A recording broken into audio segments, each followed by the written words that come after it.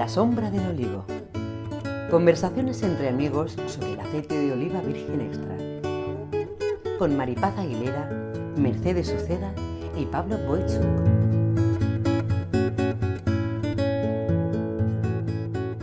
Bienvenidos, bienvenidas. Un episodio más de A la sombra del olivo. Este podcast sobre el aceite de oliva virgen extra.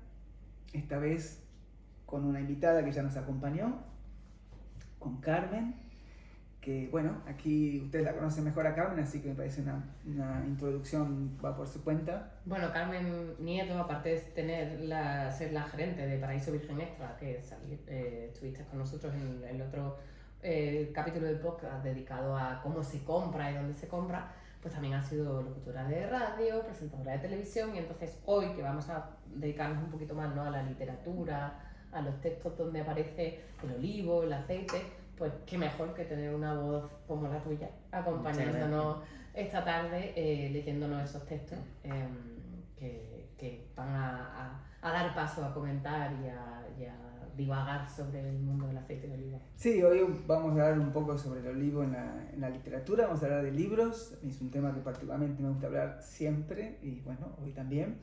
Y como el olivo, bueno, ha inspirado tanto, ¿no? Vamos a ver algunos textos sacros y poemas, etcétera, que Carmen nos va a ir leyendo. Quizás empezamos, bueno, con el mundo antiguo. Ya lo habíamos mencionado en otros episodios, ¿no? Que el olivo ha inspirado algo siempre cercano a lo sagrado, ¿no? De importancia singular, y ha tenido distintos símbolos. Quizás el que todos conocemos es el que aparece en la Biblia cuando es el episodio del diluvio. ¿Nos quieres leer, Carmen, esa parte tan bonita? Sí, claro. Esperó 7 días más y de nuevo soltó la paloma fuera del arca. A esto de la tarde volvió trayendo en su pico una rama tierna de olivo. Conoció así Noé que las aguas ya no cubrían la superficie de la tierra. Génesis 8, 10, 11. Lope de Vega hizo de ese momento poesía en Los Pastores de Belén. Para el arca en Armenia, el arca asoma, coronado de paz y alegría. Por la oriental ventana el ramo toma, de verde oliva en que la paz venía, Noé de aquella cándida paloma. Qué lindo, qué lindo. Quizás aquí también, o por lo menos en la memoria que me trae, que Pablo Picasso tenía la paloma, pintó la famosa paloma de la paz, sí, con 2 trazos, pero magnífica. Era un póster que existía en mi casa. Y quizás bueno, ese anhelo de un mundo de coexistencia pacífica, ¿no? Al final No ha tenido mucho éxito por ahora Picasso, pero... el olivo es un árbol milenario, ¿no? Entonces hay sitios donde existen olivos milenarios, donde aún se conservan y tienen ese punto, ¿no?, que ese aura que les rodea, sí, mística, y siempre ha sido, ¿no?, el símbolo de la paz. Yo siempre he unido el olivo como, bueno, la paloma, pero la paloma siempre llevaba en el pico, sí, la famosa rama de olivo, ¿no? Entonces, sí, el símbolo de paz yo creo que lo tenemos unido todo. Bueno, está la metáfora bíblica aquí, y luego en un punto más práctico, el olivo necesita de la paz, la agricultura necesita de la paz, sí. Entonces ahí hay una relación, ¿no? Yo creo que, bueno, en la mitología griega tenemos un pasaje también muy bonito, y hay algo similar, ¿no? Que también vuelve a este tema del olivo como símbolo de la paz. Para resolver la disputa y determinar quién sería la deidad protectora de Atenas, Zeus propuso una contienda entre Atenea y Poseidón. El escenario del concurso se preparó en la colina sagrada de la Acrópolis, donde los dioses solían encontrarse. Atenea y Poseidón tomaron sus posiciones en el terreno sagrado bajo la mirada de la asamblea divina. Poseidón, tridente en mano, golpeó la dura roca de la Acrópolis. El suelo tembló y allí surgió un mar subterráneo acompañado de un manantial de agua salada. Fue entonces el turno de la sabia Atenea para presentar su ofrenda. Humildemente se hincó sobre la tierra para plantar una semilla de la cual brotó un bello y estupendo olivo. Esto no solo ofrecía madera y sus nobles frutos, representaba la paz necesaria para los cultivos y la prosperidad, Y así, Atenea resultó victoriosa y Atenas comenzó su camino como ciudad eterna de las artes, la filosofía y la democracia a la sombra de los olivos. El historiador griego Tucídides, lo voy a repetir porque va a hacerlo Jero. El historiador griego Tucídides, los pueblos del Mediterráneo dejaron atrás la barbarie cuando aprendieron a cultivar el olivo y la vid. Hay un proverbio que aparece en varias culturas. Una sociedad se hace grande cuando sus mayores plantan árboles a cuya sombra nunca se cobijarán. Bueno, ahí Tucídides marca ¿no? La sedentarización de muchos pueblos en el Mediterráneo de la mano del olivo y otros cultivos, justamente son sociedades que empiezan a desarrollarse y requieren de vivir en paz. Luego hay que acordarse que en esa época, no solo por la expectativa de vida, por los métodos más simples de agricultura, ahora tenemos más herramientas, pero el crecimiento de los árboles era mucho más lento. Claro. Entonces era muy noble plantar un olivo para la generación venidera, ¿no? A mí la verdad es que Grecia me parece el ejemplo de cuna de la historia en general, por lo menos de la nuestra, ¿no? De la cultura occidental. Grecia es pues una de las cunas de nuestra historia, y yo la verdad es que cuando yo fui a Atenas, a mí lo que no sé, se respira historia, se respira como que notas el peso de los años y de la historia, y aquí hay muchísimo olivar en torno a Atenas, y es espectacular unos verlo. bosques de olivos milenarios, Sí, que no te puedes espectaculares. Ahí, como miembro del jurado de Atenas Internacional, hemos hecho una placa que recuerda a nuestro mente. Ahí está el mío, ahí en un mar de olivos centenarios, que es, bueno, no es solo paz, es tranquilidad, sosiego. Y a mí lo que me llama aquí la atención, que lo hemos mencionado también en un episodio del podcast, es que ya la vid se une al olivo. Sí. Tienen los dos un trayecto, un camino, ¿no? Común, diría yo. Sí. Con esa sedentarización, es aprender a cultivar, y son dos árboles, no te voy a decir que, pero que se acompañan mucho a lo largo de la literatura y de su vida, en definitiva. ¿Verdad? A mí me gustaba de Grecia que la representación del olivo estaba siempre en todas las calles, las tiendas, tenían sus dos olivos en la entrada, en la parte derecha, la parte izquierda. También comercializaban, el defecto de la tienda, también lo comercializaban, o sea, cogían unos paquetes de aceitunas que a lo mejor tiene 10, 12, 15 aceitunas como mucho, las envasaban al vacío para luego paquetitos muy pequeños, pero el olivo está en todas las calles. Sí, es tremendo. la verdad que sí. Sí, pero es eso, Una como la historia, cultural, sí. ¿no? la historia, los sitios con historia, y esto, como dice Maripa, esos bosques de olivos te transmiten a mí me transmitían el peso de no sé cómo explicarlo, el peso de la historia, como el decir, aquí empezó mi civilización, al final la nuestra comenzó aquí, y cómo eso me lo transmitía el sitio, y no sé, yo de alguna manera era capaz de sentirlo. Sí. Es curioso. Y nuevamente el tema de la paz, hay una versión de este mito en el cual Poseidón, cuando golpea el tridente, no solo hace brotar el agua salada, produce un carro de guerra. Sí. Y Atenas trae el ramo del olivo, ¿no? Casi lo antagónico. Claro. Y los dioses eligen, vamos por ahí. Vamos a dejar la guerra un rato. Y le dan entonces, Atenas, la ciudad de Atenas, en honor a la diosa Atenas, que propone ese camino, ¿no? Ganó por muy poco o el mar o el olivo. La votación estuvo Fue por dividida. una votación, porque se tuvo que obtener. Y creo que tenemos más de los griegos ahí, ¿no? De Sófocles creo que Sí. tenemos algo. Sófocles, el gran autor de Edipo Rey. Antígona y tantas grandes tragedias describió al olivo como ese árbol bendito, que nunca muere. Esta planta de hojas grises nutre a los pueblos, y Zeus y Atena lo protegen con ojos que nunca duermen. Atena era llamada por Homero, la diosa ojos de lechuza, y la lechuza ha sido asociada con los olivares. Y Antonio Machado lo escribió así: olivo solitario, lejos del olivar, junto a la fuente, olivo hospitalario, que das tu sombra a un hombre pensativo y a un agua transparente al borde del camino que blanquea. Guarda tus verdes ramas, viejo olivo. La diosa de ojos glaucos Atenea, y en los apuntes escribe Machado. Sobre el olivar se vio a la lechuza volar y volar, campo, campo, campo, entre los olivos, los cortijos blancos, los olivos grises, los caminos blancos. Bueno, qué lindo. Eso hablábamos el otro día. De lo de cada mochuelo es un olivo. Sí.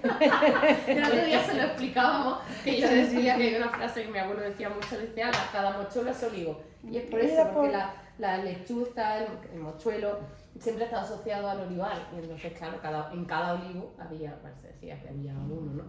Y luego aquí dice que da sombra a un hombre pensativo.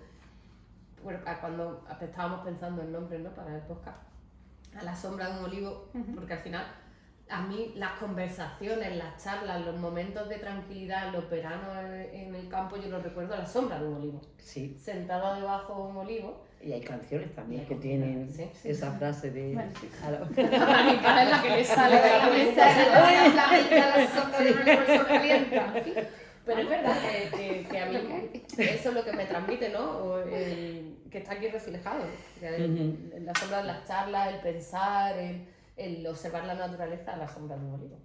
Sí, quería comentar que hay una versión hecha canción de este poema de Machado. Mi generación que creció escuchando a Paco de Lucía, el disco Paco de Lucía con Enrique Montoya. Y está cantada esta versión. Qué bonito. Muy bonito. La verdad es que son unos textos espectaculares, leídos por ti, Carmen Pueyo. Bueno, gracias. Y creo que hay más sobre la paz con Virgilio, ¿no? Que tiene Sí, correcto. Eneas. Navegando el río Tíber va al encuentro del rey Evandro. El hijo de este, Palante, pregunta: ¿quién sois? ¿Traéis la guerra o la paz? Eneas, desde la embarcación, muestra un ramo de olivo. Dile que aquí vienen los jefes de la nación troyana y que piden una alianza. En otro libro, las geórgicas, Virgilio elogia el olivo. Soportan sin desfallecer los soplos del cielo. Comparándolo con las vides, explica que requieren menos cuidados. Cultiva, pues, oh labrador, el olivo, que es grato a la paz. Es que tienes toda la razón, Maripaz. O sea, Sí, es como verdad. que está asociado el olivo con la Sí, vid. con la vid. Supongo que porque las zonas donde se cultivan el olivo son también climáticamente, ¿no? Son zonas climáticas similares para la vid. Entonces supongo que de ahí vendrá, ¿no? Porque el olivo aguanta más o menos como la vid. El clima, tiene el mismo clima. La verdad es que yo creo que se complementan bastante bien a nivel agronómico y de ahí viene esa vía y ese camino.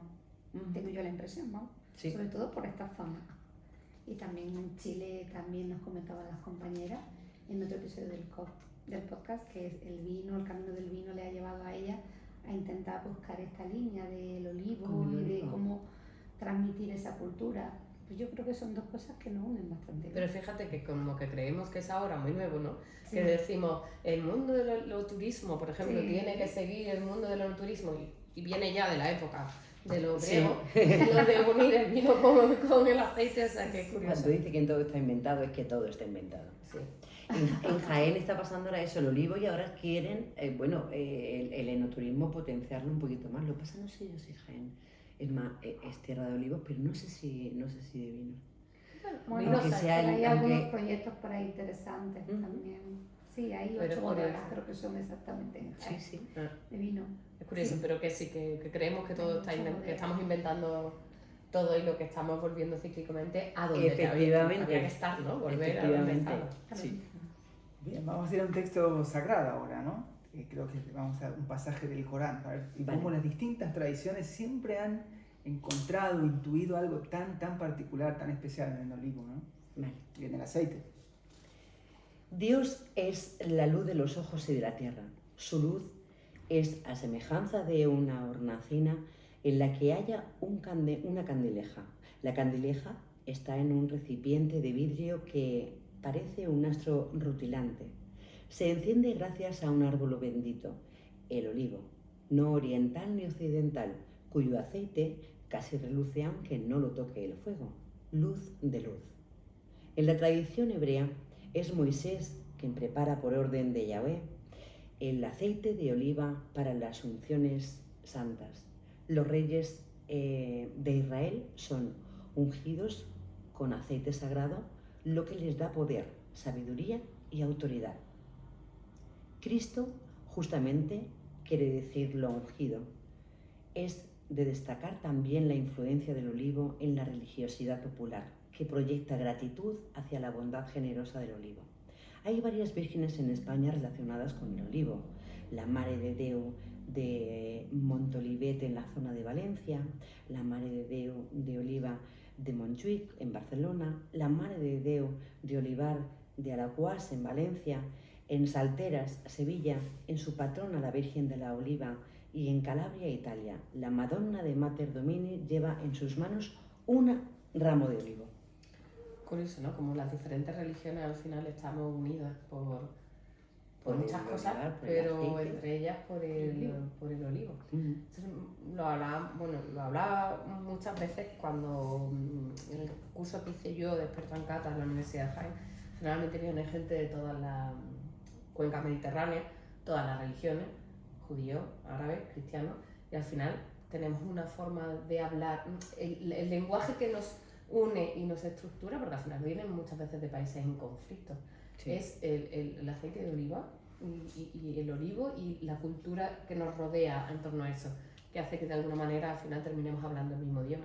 Es súper bonito, es espectacular ver cómo la gente se olvida un poco de sus países, de sus conflictos y termina hablando y unida por un árbol, por un... ¿Verdad? Y me hace acordar, Jorge Luis Borges tiene una frase muy linda que decía, felizmente no nos debemos a ninguna tradición, podemos aspirar a todas. Aquí más allá de donde venga cada uno, yo particularmente no tengo ninguna religión, pero me siento emocionado porque es una experiencia universal, ¿no? Humanista. Lo que aparece en cada uno de estos pasajes, venga de donde venga. Y luego lo que nos pasa en estos encuentros que menciona Mercedes, ¿no? Encontramos esos puntos de contacto con este material tan fantástico que es el aceite, ¿no? que lo produce. No hace por un rato olvidar la diferencia. Sí, efectivamente. Sí. Y tener por lo menos un camino común, un nexo común. Y yo creo que desde que he empezado a leer, cada vez voy sintiendo ese vínculo, esa conexión, ese nexo cada vez un poquito más cercano, que va uniéndonos a todos. La verdad que me parece que es algo, como decíamos, que ya estaba escrito, pero que bueno, cuando uno lo lee, pues reflexiona. Que no estamos acostumbrados hoy día en los tiempos que corren a reflexionar. Vamos corriendo, digo tal. Es verdad, y se nos olvida. Es una forma de ver el origen de nosotros, en cierto modo. Esta parte muy poética, pero la verdad es que vosotros tenéis mucha suerte con el máster de experto en cata, de tener todos los países reunidos durante esos 4 meses. Que es un reto cada año. Sí, claro. Sí, porque también hay una cosa común. Es verdad que al principio el idioma a veces es limitante, ¿vale? Recordamos que cada uno vuelve de su país y algunos no dominamos otras lenguas, en fin. Pero al final del curso son siempre 3 meses y como que todos ya hablamos el mismo idioma, aunque nos hacemos entender en cierto modo. No hay por qué hablar un mismo lenguaje o un mismo idioma, sino que no entendemos el lenguaje del aceite de oliva, no entiende, ya sabemos todo lo que significamos, con la mirada muchas veces también trasciende ahí. Y la verdad que yo llevo exactamente, llevo todas menos una, creo que esta ha sido la 20, pues llevo 19 participando y colaborando. Y al final te sientes como uno más. No como un profesor, no es una relación profesor-alumno, sino que al final es todo, se crea un ambiente, un nicho que queda mecha. Y luego te escriben, porque fulanito, y yo no me acuerdo el nombre, ¿no? Sí. Pero quiero decir que se supera esa barrera del idioma, por decirlo de alguna forma, porque volvemos al mismo, el aceite entra ahí para hacer ese vínculo, ese nexo, esa unión, hace un vínculo muy bonito con vosotros. Sí, aclarémosle quizás acá a los amigos que nos estén escuchando que estamos hablando de un curso en el cual Maripaz y vos también, ¿no? Sí. Son profesoras, es el curso de la Universidad de Jaén, el que hacen referencia. Sí. Muy bien. Un curso de formación. Yo participé como alumna, empecé por ahí y la experiencia es espectacular. Espectacular más allá de lo que se aprende mucho. es lo que hablaba, lo que decía, ¿no? Luego, un poco, yo lo que digo siempre en la última clase y siempre lo digo llorando porque me emociono, y es que haces amigos para toda la vida. Es que es muy curioso cómo te une amigos de todas, vuelvo a repetir, ideologías, religiones, países que muchas veces vienen en conflictos, o sea, que viene gente con conflictos entre ellos. Y cómo se supera todo, cómo se habla un idioma común y cómo nos une al final el que todos tenemos en nuestra cultura el aceite de oliva, o ya sea de forma ancestral o de nueva adquisición, como son los países. Adoptada, en mi caso. Adoptada, efectivamente.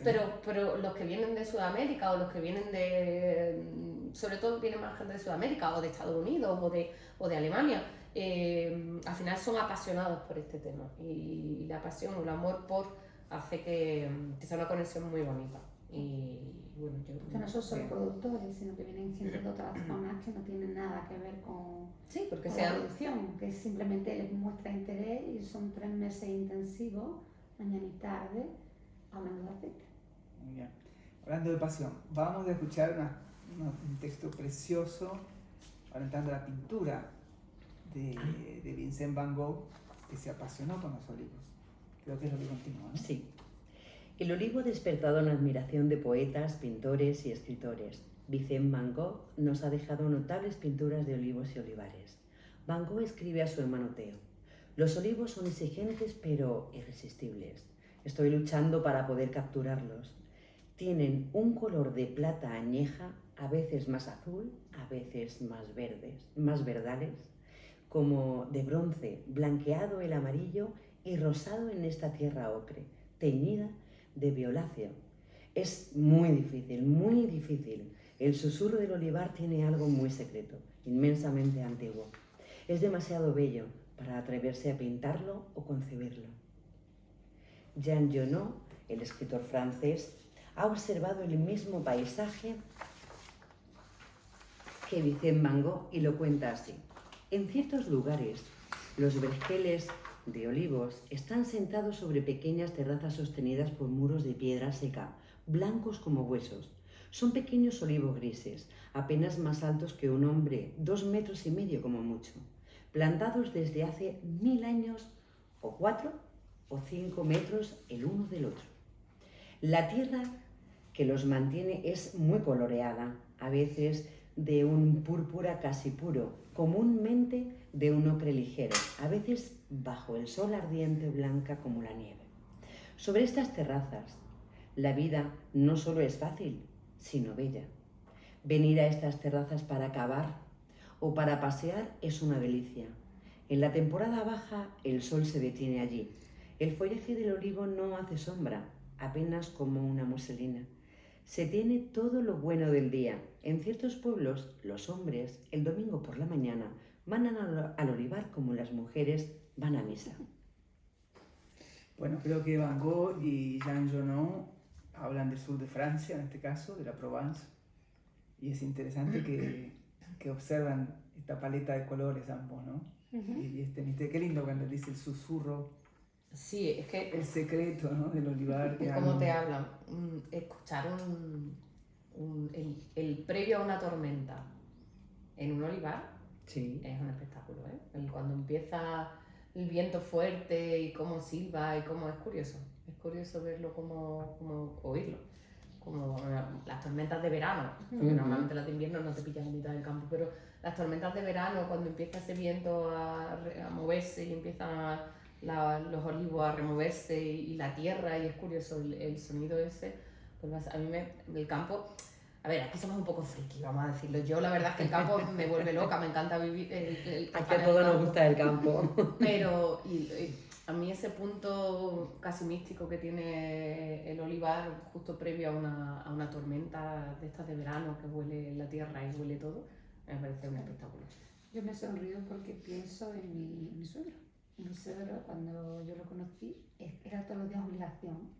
Es el típico olivicultor o agricultor jiennense con muy poquitas hectáreas, secano, y árboles antiguos de 3 pies, olivicultura tradicional, muy cerquita de su ciudad y puede ir andando. Entonces todas las mañanas, levantarse a las 6, a las 7 de la mañana, en verano un poquito antes porque hace mucho calor, y volver a mediodía. Y yo decía que trataba los olivos como macetas, porque era pendiente quitarle las varetas, dejarlo todo preparado, todo. Y ese cuidado, ese sentimiento, ese no poder pasar un día sin ir al campo, cuando la última frase que has leído ha sido como, este hombre, es que era así. Eso es lo que sentía. Sí. Eso es lo que sentía. No sé si eso será capaz de trasladarse a las siguientes generaciones, pero yo en las generaciones, respecto a nosotros ahora mismo, esa unión al campo, esa ligación, el terreno, estaba muy vinculado. Sí. Era una cosa, un vínculo difícil de partir y de romper. O sea, mi abuelo vivía en Madrid y tenía los olivos, porque él era de Jaén y entonces tenía sus olivos en Jaén, aunque él, por trabajo y por la vida de su hijo se fue a Madrid.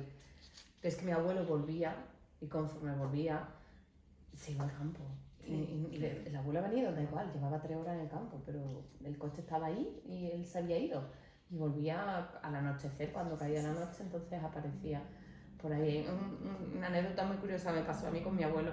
Mi abuelo murió cuando yo tenía 19 años y yo entré un día en casa de mi abuela y vi una revista del Colegio de Abogados y yo le dije, con el nombre de mi abuelo, ¿esto abuela? ¿Y esto? Y digo, ¿cómo que? Y me dice, abuela, ¿esto qué? Y yo, ¿qué hace una revista del Colegio de Abogados al nombre del abuelo?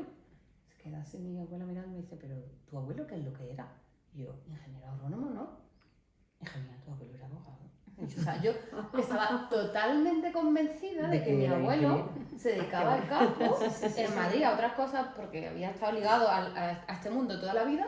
Y mi abuela me miró con una cara de familia, ¿qué hacemos con esta pobre? Tiene 19 años, se acaba de dar cuenta de que su abuelo no era... Para que veas qué arraigado estaba al campo.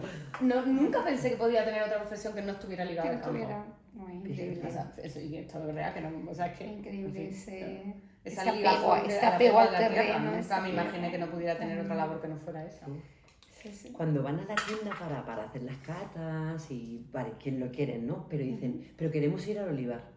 Y hay veces que cogemos el coche y nos vamos a las Fuentezuelas que hay en Jaén, que hay una zona de olivar, se bajan allí y empiezan a andar y andar y andar. Es lo único que quieren hacer. Le explicas un poquito, ¿no? Las patas que tienen, le explicas algo del olivar, pero se ponen ahí a andar.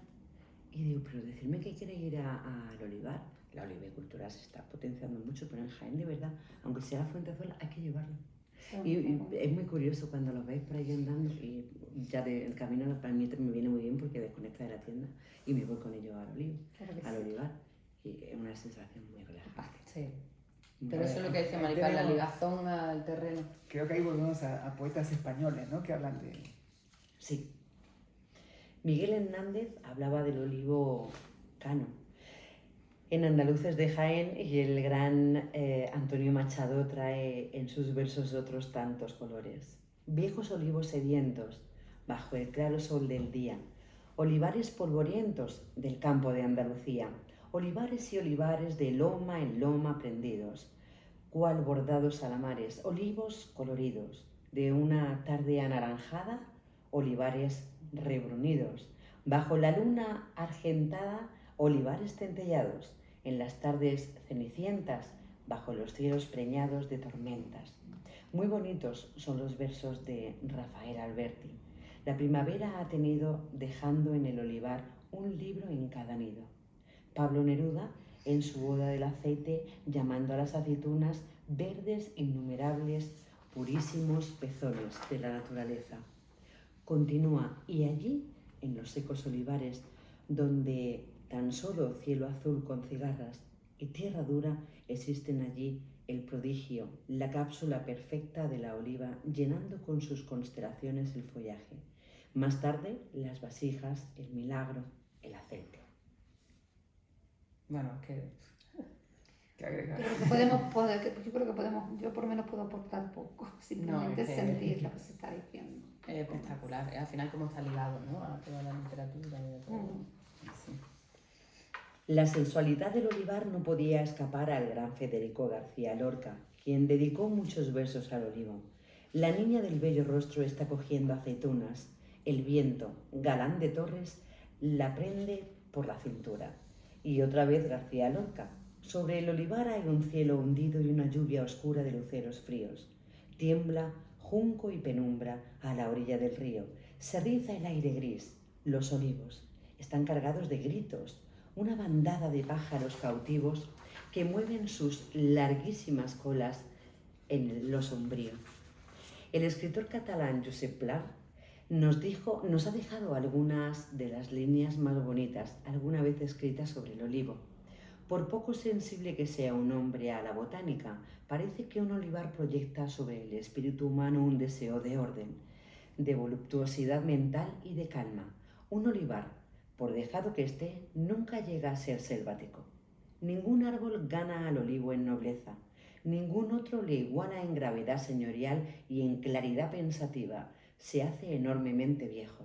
A pesar de su aguda sensibilidad, sorprende su resistencia a los accidentes. Es eviterno y de una indescriptible sobriedad. Vive en los terrenos de secano más pobres. Se aclimata perfectamente al paisaje cataclismático de Cadaqués. Solo la fascinación de ese árbol puede explicar los millones y millones de horas de trabajo que los hombres han empleado para convertir los olivares en un inmenso jardín de piedras. Ahora, el color eclesiástico del fruto parece aumentar la gravedad de su fosforescencia pensativa. El aire y la luz viven en la caligrafía precisa de las ramas. Si los olivares parecen recoger la luz y detenerla en su propio aire, siempre me ha parecido también mágica la capacidad que tienen para atraer el silencio y fundirse con su música vaga. Se produce en ellos un ambiente de secreto inviolado, y de todos los bosques que yo conozco, el olivar produce el bosque más enigmático, callado y recogido. Parece que tanta claridad tendría que ser irreconciliable con tanto silencio. En realidad, la fusión es completa. Joder. Poco que aportar, ya te lo digo, yo, que hay poco que aportar, la verdad. Josep Pla, un escritor catalán, yo lo conocí cuando tuve la suerte de trabajar con María del Mar Bonet. Y María del Mar me dijo, mira, es un escritor gran observador, que por ejemplo relataba un almuerzo en el campo de una familia y bueno, de ese hecho simple y cotidiano. Un escritor de viajes también. A veces controvertido, ¿no? Él ha ido a Argentina y escribe unas cosas que... Estas son más lindas. pero qué capacidad de... Me quedo con lo de explicar los millones y millones de horas de trabajo que los hombres han empleado. El trabajo que hay detrás del cultivar, de cualquier cultivar. Pero bueno, el que nosotros conocemos, el que nosotros amamos es el del olivo, ¿no? Pero ahora que está tan de moda y tan en vogue, que hay que cuidar y conocer, ¿no? El trabajo de los agricultores en la tierra, lo que conlleva, ¿no? Lo duro que es trabajarla y para que luego nosotros pues tengamos en la mesa, en este caso, un producto como el aceite de oliva virgen extra, pero que aquí quede recogida, ¿no? Millones y millones de horas de trabajo.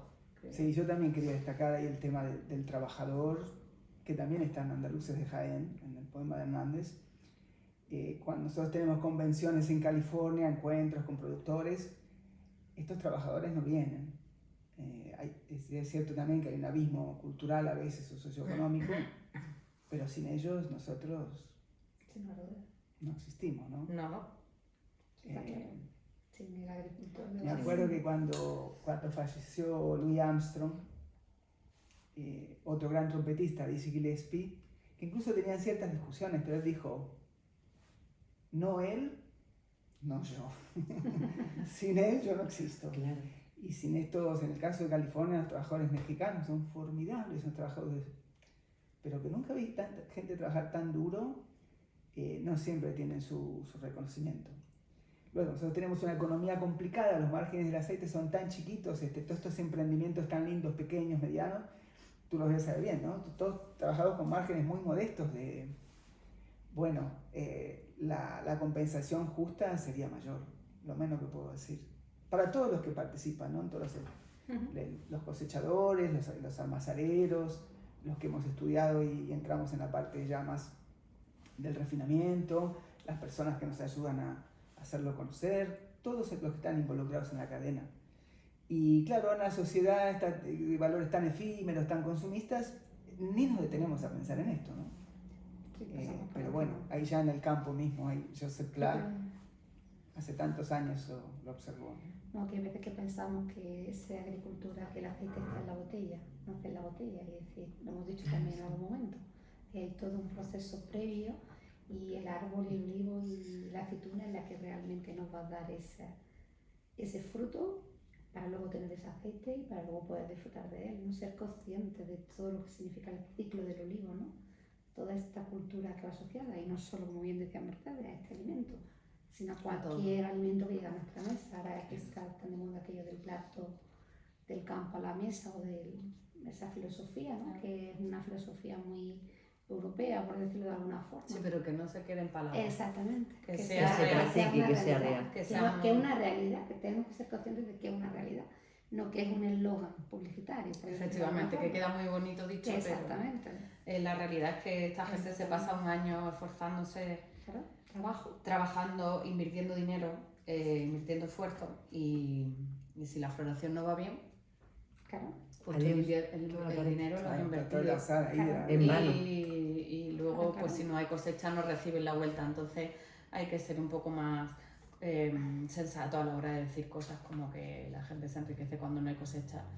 ¿Por qué no? La gente, yo siempre digo, mucho dinero por cero es cero, ¿no? Pues que no ha tenido cosecha, la ha devuelto cero, pero ha invertido lo mismo que todos los años. ¿Sí?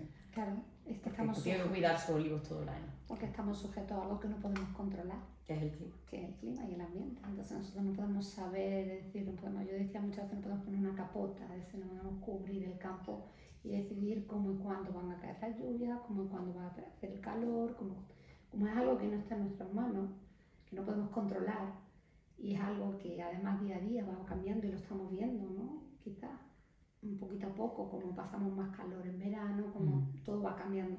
Entonces todo eso tiene que ser la gente consciente que va a haber, no hemos acostumbrado a lo mejor que durante todo el tiempo haya naranja en nuestra mesa, y había épocas en las que no había naranja. Yo por edad lo recuerdo, no sé vosotros. No se nos ha olvidado la estacionalidad del producto, de la comida, natural, ¿no? de la comida, que había épocas en las que no había. Es verdad que ahora podemos exportar de otras partes del mundo que son compatibles con nosotros y podemos estar disfrutando a lo mejor durante tiempo, pero que hay que ser conscientes, en definitiva, que hablamos de campo. Sí, que eso no es un invernadero de Armería que tú lo controlas. Que no es algo que también conlleva mucho esfuerzo, pero que también es una agricultura más controlada. Todo lo que son frutales no se puede controlar. Pero al final todo el trabajo de agricultura, todo tiene su esfuerzo y tiene su... Sí, y creo que después, pensando en el producto final, cuando esto lo conversamos también, cuando uno valora, aprecia y disfruta más. Correcto. Y en una botella de aceite logrado, un aceite así de alta calidad, por supuesto que hay muchas cosas mesurables, pero hasta un ateo como yo concede que hay algo un poquito milagroso. Sí. Al menos hay una mano externa, ¿no? Tantas cosas que confluyen. Yo no sé si externa o interna, no sé si de la tierra o de... pero hay algo, ¿no? Sí, yo creo que hay algo. Mi abuelo, vuelvo al mismo, al que era abogado y no ingeniero. Siempre cuando llegaba la floración y había muy buena flor y luego llegaba el verano y veían las aceitunitas pequeñitas y ese año la cosecha venía, llegaba septiembre y la aceituna estaba más grande y ya íbamos a llegar a la cosecha, pues lo mismo. Y la gente del campo decía, ¡oh, qué cosecha más buena!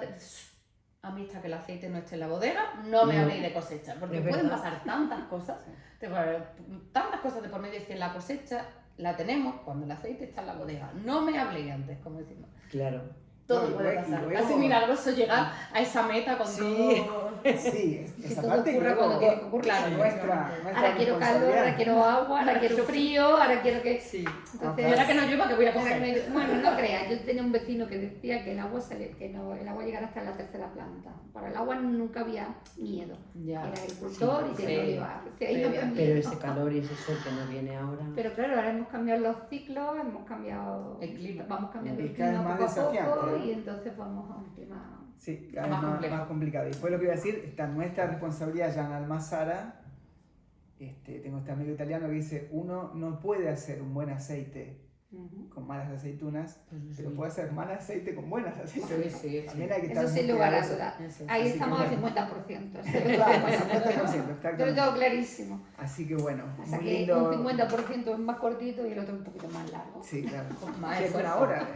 Pero bueno, muy lindo todo, sí. visitar estos textos porque quizás nos recuerdan cierta responsabilidad que tenemos los productores, ¿no? Ante esta posibilidad tan hermosa de hacer un aceite expresando el potencial de este árbol tan noble. Muchísimas gracias, Carmen, por tu voz tan linda, tan cálida, tan española. Y bueno, hacemos una pausa y los vemos en un ratito.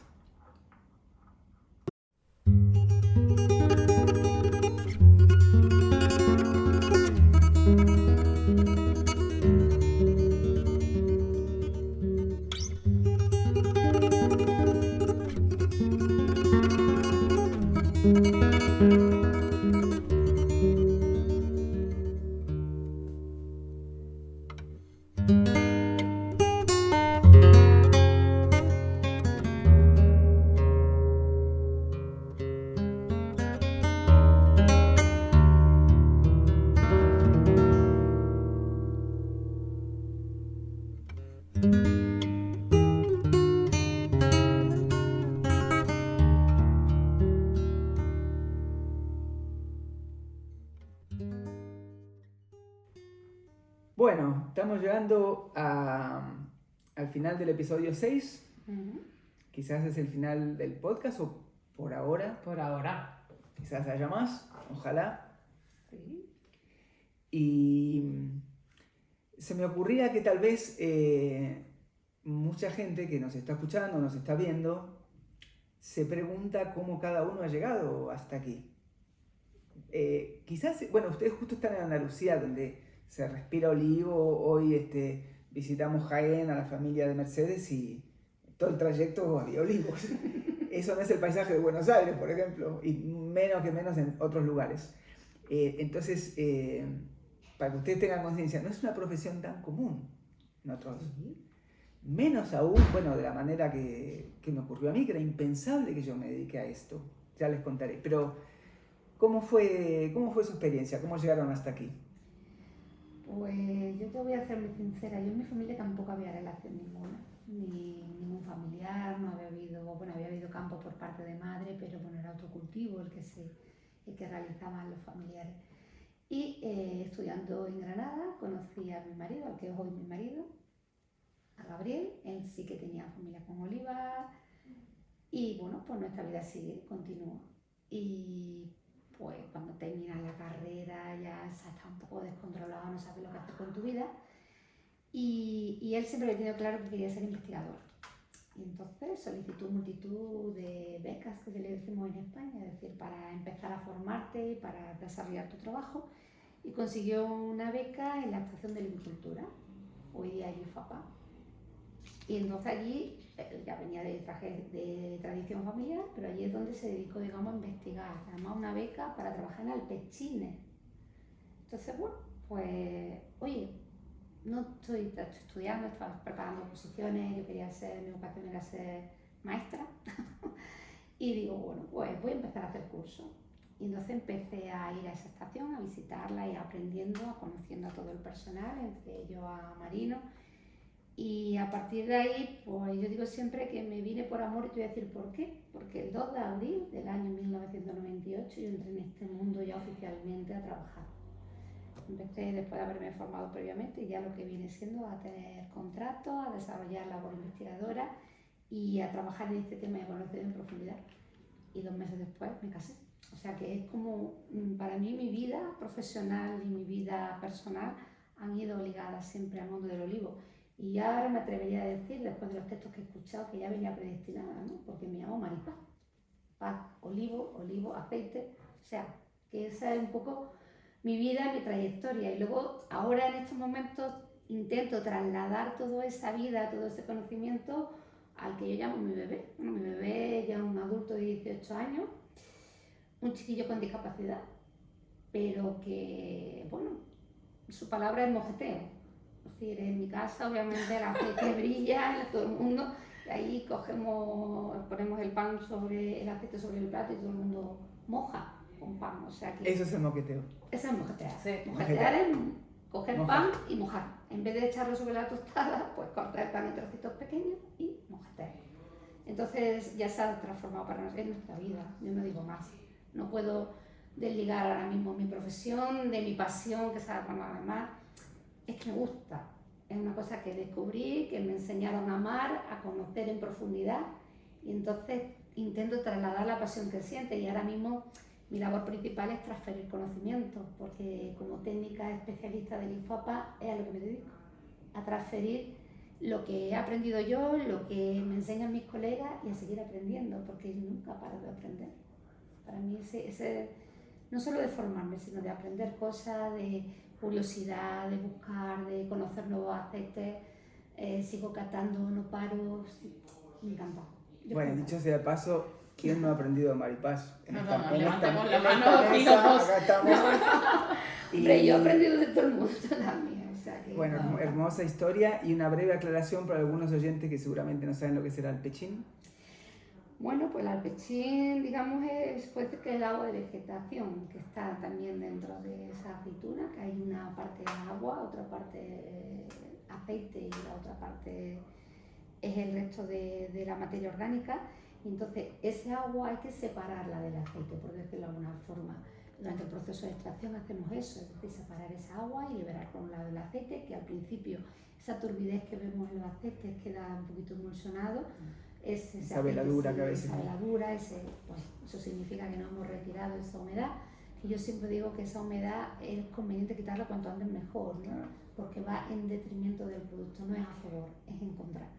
Entonces ese alpechín, subproducto del olivar, en un principio, antes con el sistema de 3 fases, no quiero tampoco en este capítulo... Sí, no hace falta, simplemente creo que no, lo había mencionado. Pero el alpechín es algo que hoy día pues ya va junto con el orujo, ya un poco, no es que haya desaparecido de nuestras vidas, sino que se ha transformado en... Forma parte del... El alpiorujo, que es uno de los mayores subproductos. Perfecto. Yo creo que tanto como el aceite del olivar, un producto diría yo casi. Muy bien. Bueno, yo no quise pero acabé. Esta sería la frase que definiría mi vida. Yo no quise, corrí para alejarme de este mundo, pero al final acabé aquí.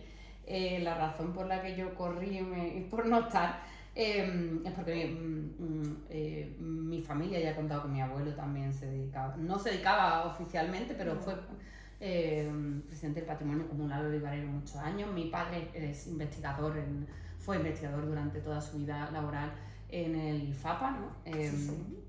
Y yo no quería, yo estudié biología, soy licenciada en biología, la estudié en Granada, y yo me me dediqué a la restauración ambiental, a otros temas.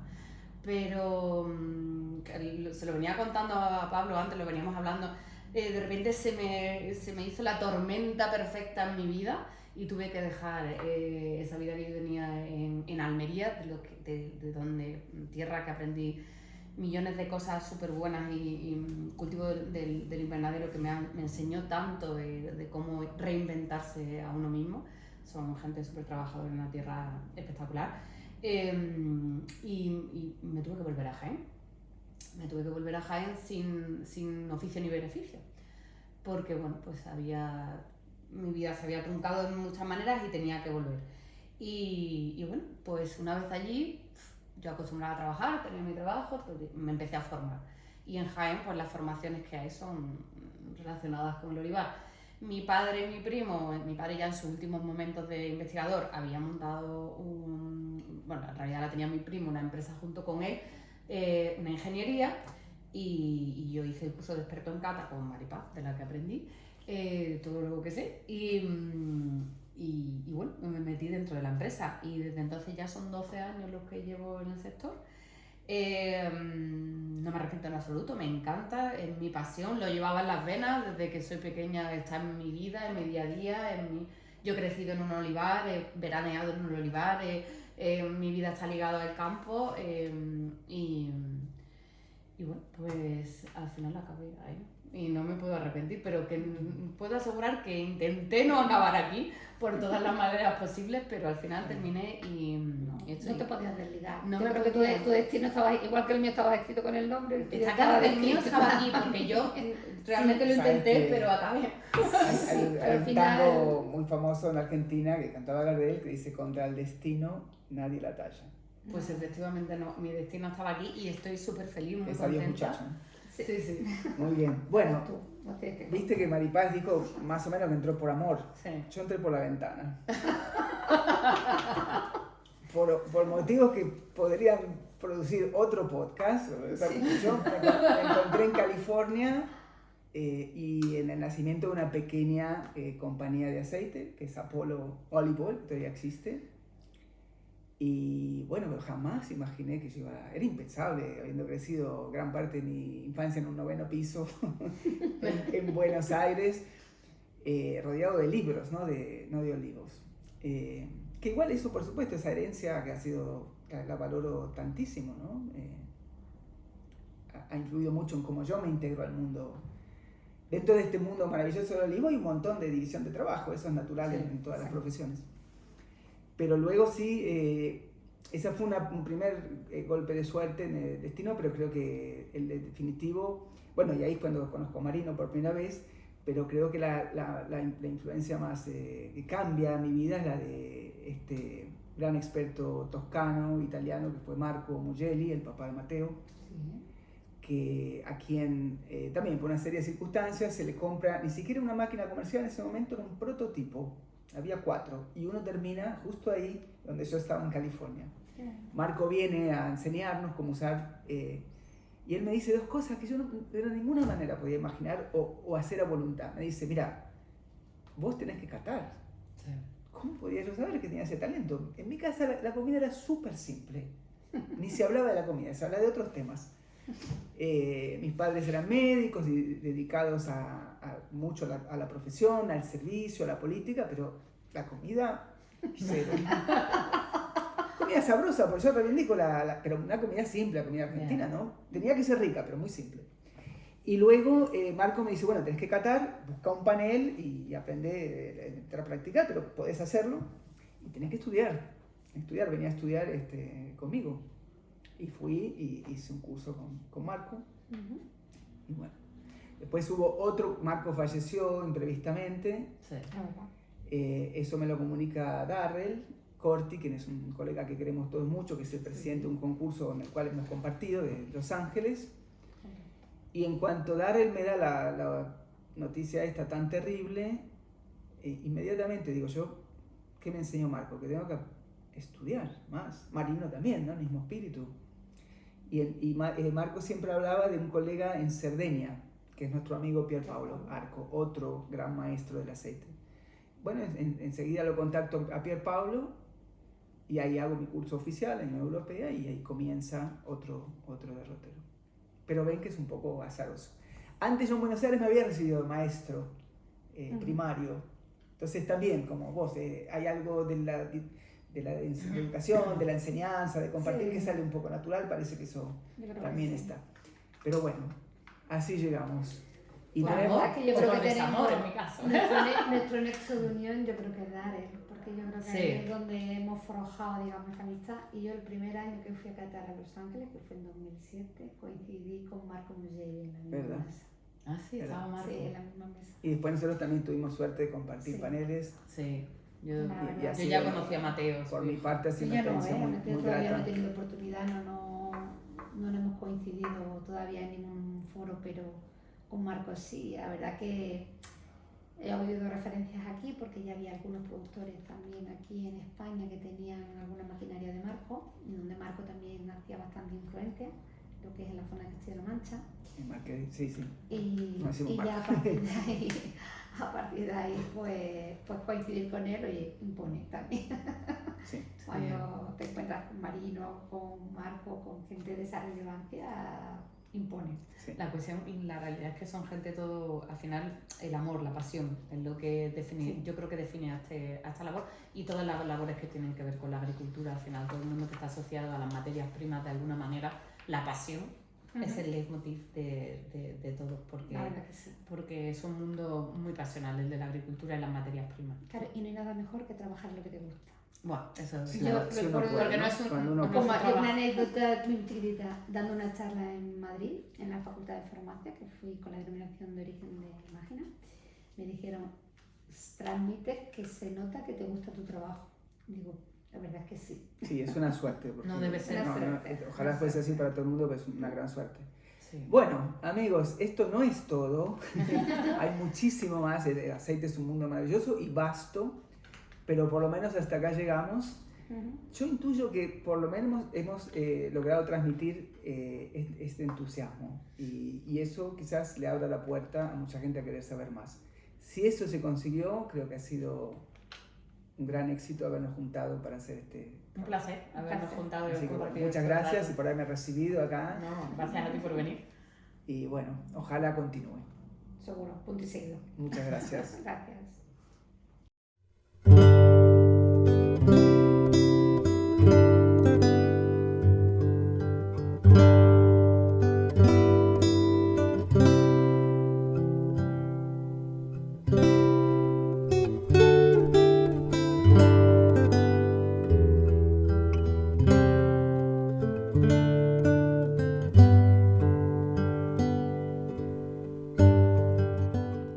A la sombra del olivo. Conversaciones entre amigos sobre el aceite de oliva virgen extra.